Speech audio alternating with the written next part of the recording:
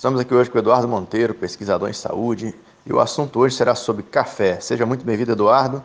Eduardo, a primeira pergunta que nós fazemos para você é a seguinte: no seu ponto de vista, nesse assunto polêmico, café, ele faz mais bem ou mais mal, pesando o custo-benefício? Qual é a sua visão sobre esse assunto? Olá, Vitor, meu companheiro de pesquisa médica de faculdade de medicina. Então, Vitor, para eu responder isso, eu teria que levar em consideração várias questões do cotidiano do cidadão moderno. Eu não poderia dizer que café é só ruim. O café, na realidade, eu gostaria de comentar mais amplamente sobre a cafeína, porque não é só o café que tem cafeína, mas em homenagem ao café, puseram esse nome na molécula quando ela foi isolada, foi descoberta. E a cafeína, ela tem um mecanismo, uma forma de metabolização no organismo, um mecanismo de ação, justamente porque existe receptor para essa molécula. Se não houvesse, não teria esse efeito todo que ocorre, né? E a cafeína sendo encontrada no café e nosso corpo tendo receptor para ela traz mais benefícios ou malefícios ao ser humano? Como diria Paracelso, né? A diferença entre o remédio e o veneno está na dose. Mas eu não diria somente na dose não, Vitor. Eu diria também no momento que está sendo usado, não só a quantidade, mas a frequência que está sendo usada. Porque essa resposta que ocorre a essa molécula, chamada cafeína, que é encontrada não somente no café, mas no chá mate ou na erva mate, que é diferente, nos chás em geral, todos têm cafeína. Algumas ervas, o guaraná tem cafeína e os produtos alimentícios, porque a cafeína ela tem um efeito viciante muito potente. Então, em doces, bebidas açucaradas e medicamentos, inclusive, eles adicionam cafeína. Então, como já se sabe desse efeito viciante dessa molécula, a cafeína ela é consumida pelo ser humano em produtos naturais, né? Um chá ou o cacau, por exemplo, tem cafeína, então o chocolate também vai ter. Como também produtos alimentícios ou farmacêuticos, né? As drogas farmacêuticas. Então isso depende, é muito fácil a gente querer acusar e botar a culpa na cafeína, mas a gente tem que analisar em que contexto essa cafeína está sendo ingerida pelo ser humano. Então nós somos meio que bombardeados dessa substância que é a cafeína, né? O que você acha então? Seria interessante tomar o café ou não tomar? Uma xícara ou duas por dia, se for para tomar? E quais outras substâncias que existem no café que seria, no seu ponto de vista, bom ou ruim para o ser humano, indicando ou contraindicando ao uso desse produto, né?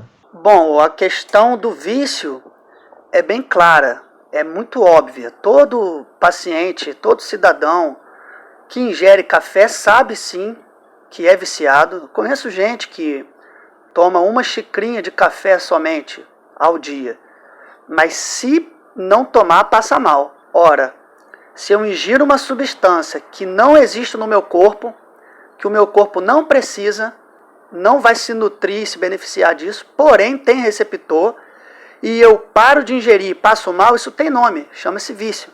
Então eu queria deixar bem clara essa questão, já que o efeito viciante da cafeína ela é óbvia, né? O efeito é óbvio. Agora, questão de dose, Vitor, isso é muito relativo, porque o vício ele tem uma questão emocional envolvida. Então, às vezes a pessoa quer só aquele cafezinho de manhã, porque é mais ativa de manhã. Isso tem a ver com o ciclo circadiano do paciente. Às vezes a pessoa quer tomar café de noite para estudar. E tem gente que tem uma resistência maior, porque tem gente que metaboliza rápido a cafeína. Então, você deve ter ouvido falar de pessoas que consomem café e não tem problema nenhum para dormir. Conseguem dormir numa boa. Já tem gente que tem um metabolismo lento para a cafeína. Então, o primeiro ponto seria a questão do vício. Eu acho que o caminho saudável mesmo é se desmamar e se desviciar, tendo em vista essa questão emocional por que, que o paciente está buscando esse estímulo, né? Porque o que ocorre, na verdade, é uma resposta imunitária a essa toxina. A cafeína é uma toxina, né? E o café, mas não somente o café, mas os chás em geral e ervas em geral, possui antioxidantes. Então, o antioxidante, uma vez no sangue, ele vai impedir o oxigênio do sangue de fazer a oxidação, que é natural, que é necessária, né?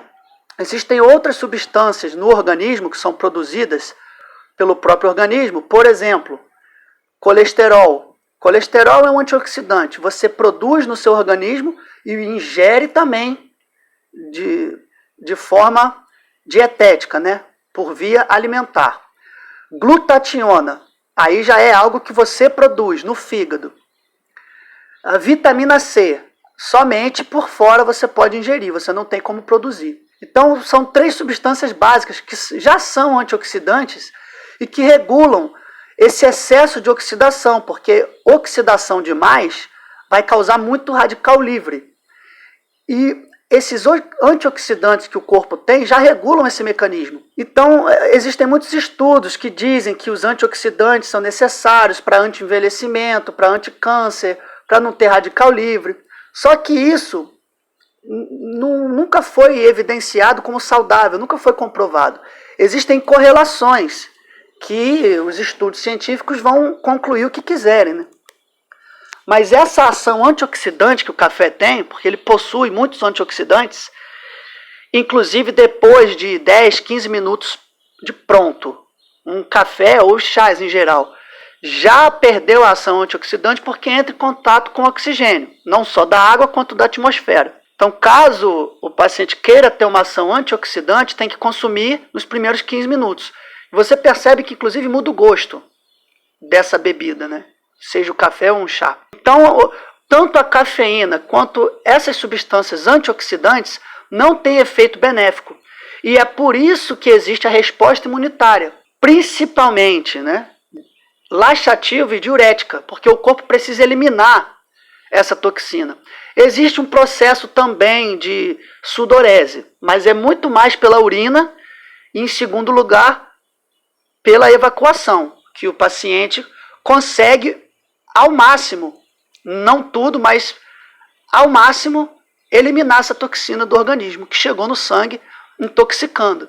É muito esclarecedor. Talvez até por isso que certas religiões não recomendam o uso do café, né? Talvez pelo fato dele ser algo que vicie, né?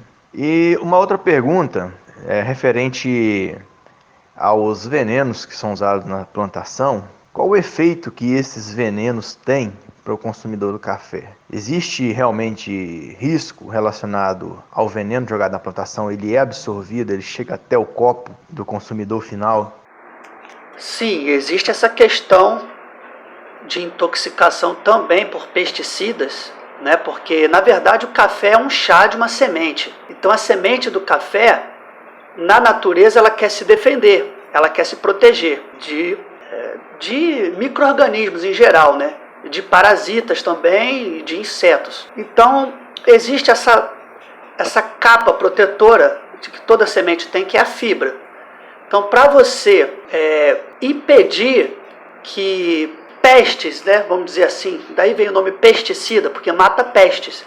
Então, para você impedir que essas sementes sejam atacadas por pestes, você tem que usar produto químico, que é tóxico não só para essas pestes, mas para nós. Então, ainda, além da cafeína e dos antioxidantes, que são feitos para proteger os nutrientes da atmosfera, e a atmosfera é rica em oxigênio, oxidando esses nutrientes, os ácidos graxos, os próprios carboidratos. Então a planta ela tem esse mecanismo de defesa, mas pestes conseguem atacar essas sementes. Então o pesticida é posto na semente, não só na semente do café, mas toda semente, para ser rentável o comércio, eles têm que fazer essa questão. E depois do café processado, porque na realidade a gente compra o pó do café, ele também leva conservante, porque ele perdeu essa proteção natural, que é a fibra. Ele não está mais na forma de semente, ele já foi torrado, moído. Então, principalmente fungos vão se proliferar ali. Todo mundo já deve ter visto um coador de café, seja de pano ou de papel. A umidade e o calor predispõem, facilitam a proliferação de fungos. Então todo mundo já viu um filtro com pó de café ali molhado, que já foi aquecido, que está úmido, né? Com fungo. Então o que faz o pacotinho lá, mesmo que seja no vácuo, não ter proliferação de fungo? São fungicidas, que aí já tem outro produto químico que acaba também nos intoxicando, porque nós temos fungos importantes, principalmente no nosso sistema gastrointestinal, mas é mais no intestino. O estômago humano, ele não é feito para ter microbiota, é um dos poucos lugares do corpo que não tem microbiota, teoricamente é o único, né? E é um produto tóxico, pelos pesticidas, pelos conservantes, fungicidas, pelos antioxidantes e a cafeína em si, que é uma toxina. E isso vai ativar uma resposta imunitária.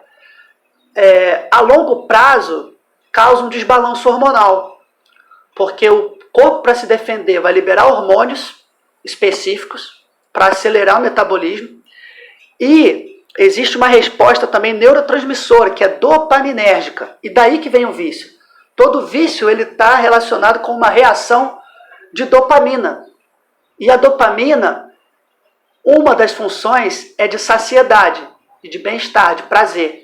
Então, a longo prazo, o paciente fica deficiente de dopamina, porque usou muito, então causa uma exaustão da dopamina, levando à depressão. Mas também, como essa dopamina, ela se transforma em noradrenalina e depois em adrenalina, que aí já vai ser um hormônio da suprarrenal, essa adrenalina, ela acelera demais o metabolismo. Então, ela ativa o batimento cardíaco, aumenta a pressão arterial, o fluxo sanguíneo aumenta, chegando esse sangue no rim. O rim também é estimulado por essa adrenalina, tem que produzir mais urina, e a bexiga também é estimulada, e aí existe um processo de micção, né? E aí o máximo possível dessas todas toxinas, principalmente a cafeína, serão eliminados pela urina. E também o intestino tem um estímulo do músculo liso, né, que são células autoexcitáveis. Então ele também vai ter esse movimento peristáltico acelerado, tanto no intestino, o intestino delgado, quanto no intestino grosso. Então vai ter um fluxo fecal maior e um processo laxativo. Vai ter uma evacuação.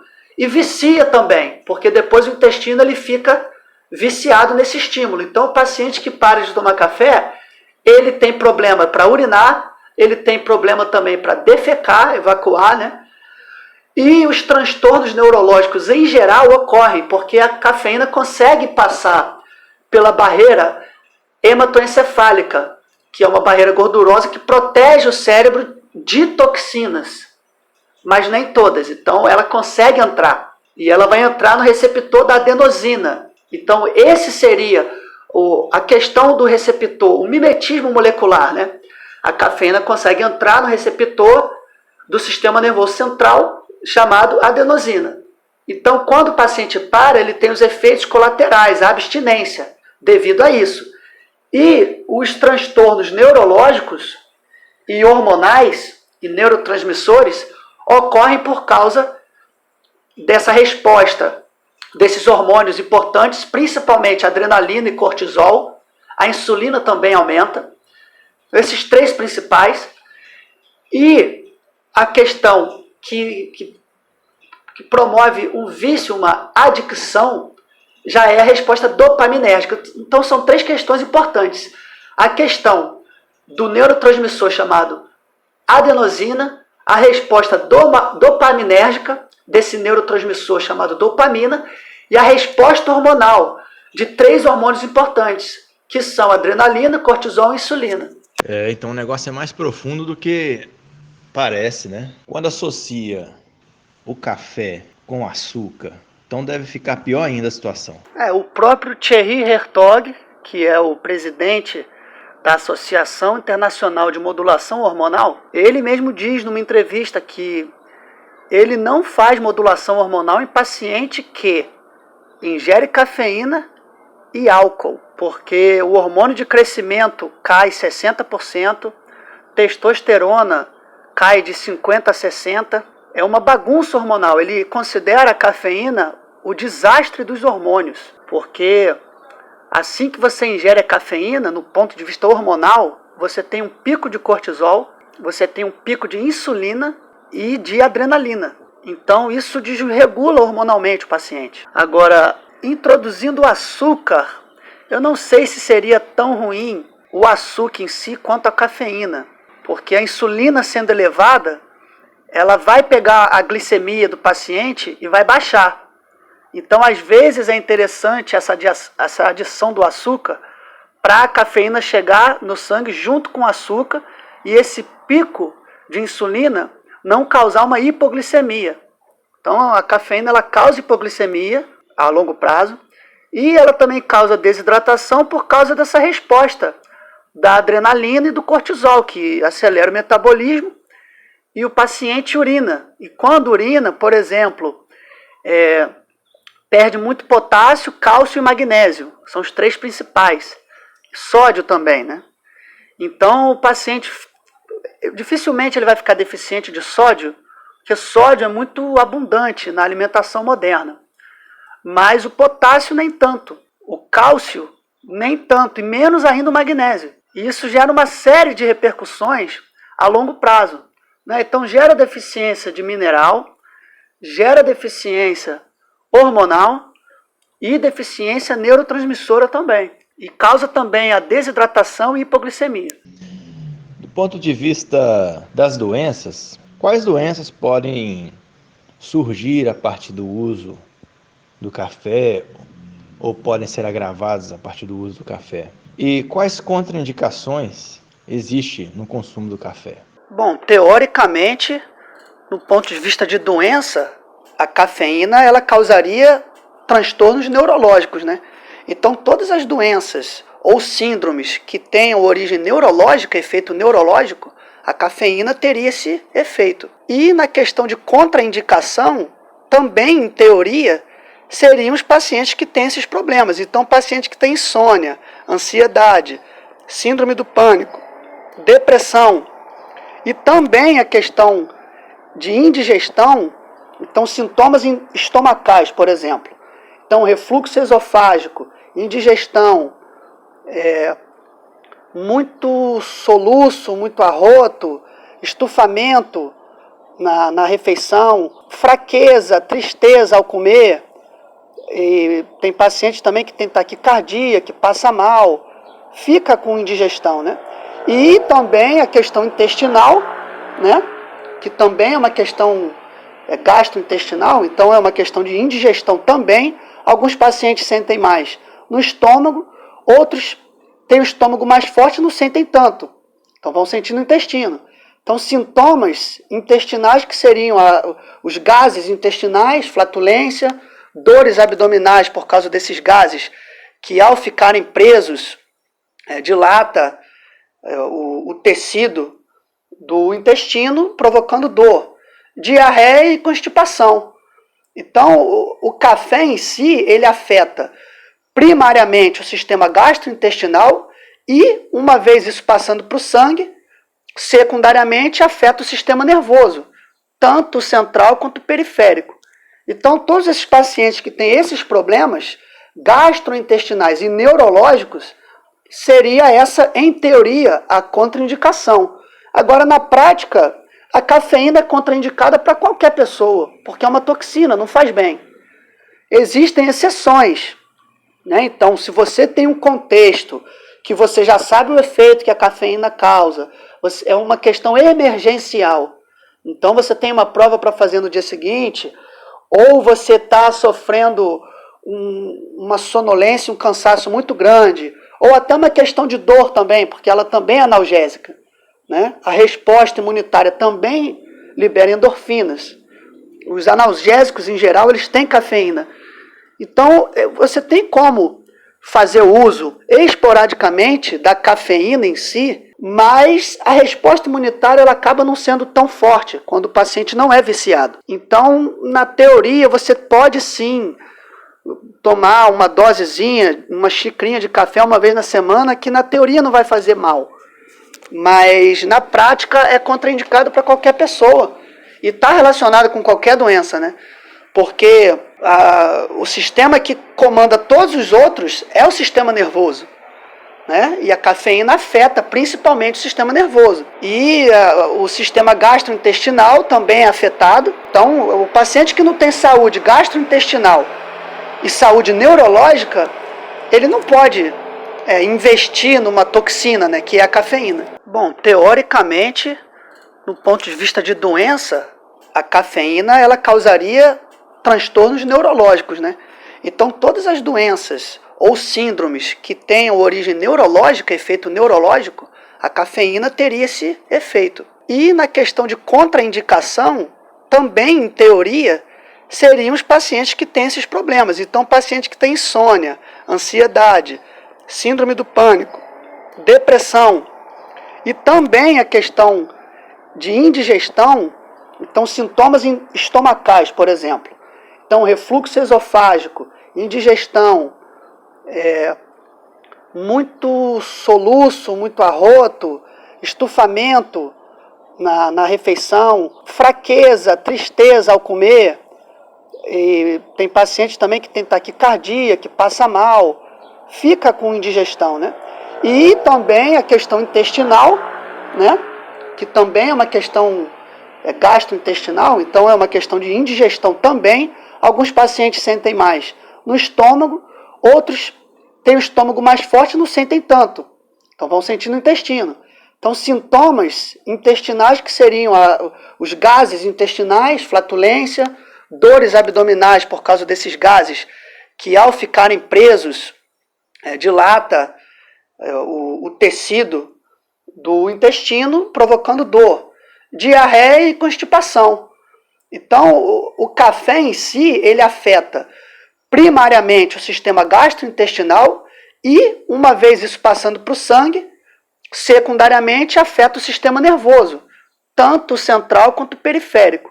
Então, todos esses pacientes que têm esses problemas gastrointestinais e neurológicos, seria essa, em teoria, a contraindicação. Agora, na prática, a cafeína é contraindicada para qualquer pessoa, porque é uma toxina, não faz bem. Existem exceções, né? Então, se você tem um contexto que você já sabe o efeito que a cafeína causa, é uma questão emergencial. Então, você tem uma prova para fazer no dia seguinte, ou você está sofrendo uma sonolência, um cansaço muito grande, ou até uma questão de dor também, porque ela também é analgésica, né? A resposta imunitária também libera endorfinas. Os analgésicos, em geral, eles têm cafeína. Então, você tem como fazer uso esporadicamente da cafeína em si, mas a resposta imunitária ela acaba não sendo tão forte quando o paciente não é viciado. Então, na teoria, você pode sim tomar uma dosezinha, uma xicrinha de café uma vez na semana, que na teoria não vai fazer mal. Mas na prática é contraindicado para qualquer pessoa. E está relacionado com qualquer doença, né? Porque o sistema que comanda todos os outros é o sistema nervoso. Né? E a cafeína afeta principalmente o sistema nervoso. E o sistema gastrointestinal também é afetado. Então, o paciente que não tem saúde gastrointestinal e saúde neurológica, ele não pode investir numa toxina, né, que é a cafeína.